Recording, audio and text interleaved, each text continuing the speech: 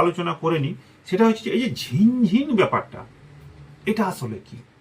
দেখুন, সেই ঝিনঝিন ব্যাপারটাকে যদি জানতে হয় তাহলে আমাদের খুব একটা সুস্পষ্ট ধারণা থাকতে হবে, সেটা হচ্ছে যে নার্ভটা আসলে কি। দেখুন, এই যে আমাদের নার্ভ আছে না শরীরে, এই নার্ভটা হচ্ছে আমাদের শরীরে কেমন ধরনের, ওই ইলেকট্রিক ওয়ারিং দেখেছেন না, ঠিক সেই ধরনের জিনিস।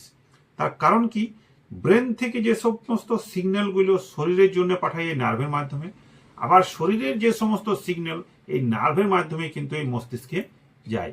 কোনো কারণবশত যদি এই নার্ভের এই যে সিগন্যাল আসা যাওয়াতে কোনো ব্যাঘাত ঘটে থাকে, তখন কিন্তু আমাদের শরীরের অনেক রকম